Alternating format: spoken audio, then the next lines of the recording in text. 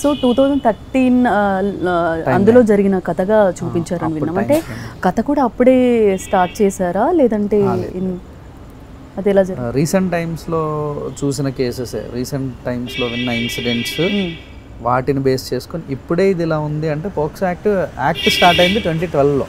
2012లో act పెట్టిన very బిగినింగ్లో, act start అయిన కొద్ది రోజుల్లో ఇంకా ఘోరంగా ఉంటుంది కదా అని ఒక థాట్ నుంచి జనరేట్ అయింది. అది కూడా మీ వైజాగ్ నుంచి, అంటే వైజాగ్ బ్యాక్ డ్రాప్లోనే తీశారు కదా.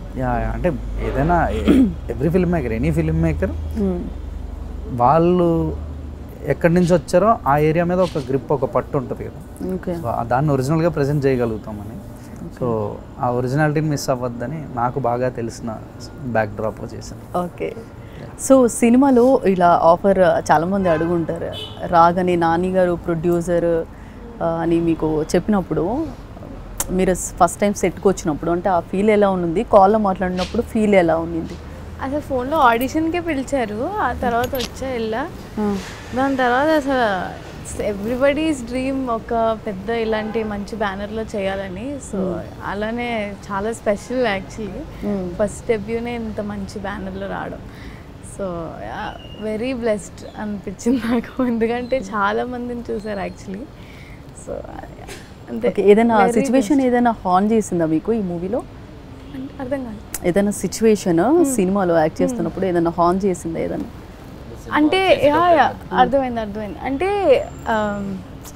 ఏమంటారు, అలా ఏం లేదు, బట్ అంటే like people has to know ఇదంతా అసలు మేము చేసేటప్పుడు అసలు ఇన్ని ఉంటాయా అనేది మాకే తెలియదు యాక్చువల్లీ. సో పోక్సో యాక్ట్ అంటే మా కోసం ఉంది ఇలా అన్నట్టు ఎవరికి తెలీదు. ఒక హింట్ ఇచ్చారు డైరెక్టర్ గారు, తెలియజెప్పారు. సో ఇప్పుడున్న జనరేషన్కి it has to be like known. So కథ అందరికి తెలియాలండి. ఈ కథ అన్నయ్య చెప్పినప్పుడు నాకు కూడా తెలీదు ఇది పోక్సోకి అంటే మా కోసం ఇన్ని చట్టాలు ఉన్నాయా. సో సో నాలాగా తెలియని వాళ్ళు చాలా మంది ఉంటారు, మాలాగా తెలియని వాళ్ళు చాలా మంది ఉంటారు. ఇది మా ఓన్లీ టీనేజర్స్కే కాదండి, ప్రతి ఒక్క పేరెంట్, ప్రతి ఒక్కరు వెళ్ళి చూసి తెలుసుకోవాల్సిన కంటెంట్ ఈ సినిమాలో ఉంది. అందుకే నాన్నగారు అంత బలంగా చెప్పారు అసలు.